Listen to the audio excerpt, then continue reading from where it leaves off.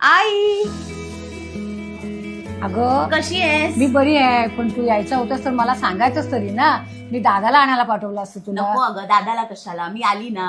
असू दे, पण बस मी तुला पाणी घेऊन येते. नको तू बस, मी पाणी घेऊन येते. बस अगं, किती दिवसांनी आली आहे मी. तू कुठे चाललीस? आपण बसून बोलूया, थांब जरा. अगं पण असू दे ना. असू दे, नको. चल मग, तू ऐकणार नाही. चल आपण दोघी जाऊन बनवू. आणि याशुनी तू कधी आलीस? आत्ताच आली मी. फोन तरी करायचं ना मला, मी न्यायला आलो नको, असतो. कशाला, मी आली. अरे तू पण अशी आहेस ना. हा ते जाऊ दे, खायला काय आणलं ते सांग. अरे खायचं काय बघतोस, मी बनवते. कशाला खायला बाहेरचं हवे? थांब, मी तुला बनवून आणते. काय बनवू सांग.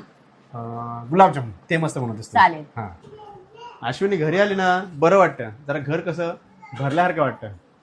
आई मला तू कोणाला आणायला पण नाही पाठवलंस. मला एवढ्या लांबून चालत यायला अगं लागलं. पण जरा हो जरा शांत राहा.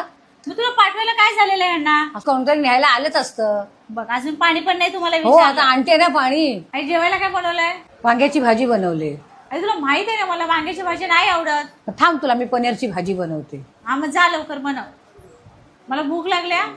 आई कोण आलाय? तू तिथं आले ना, तिला पनीरची भाजी बनवते. पनीरची भाजी? हा अगं ती सकाळची भाजी दुसरी केलेली आहे ना. असू दे, आता मग काय करणार.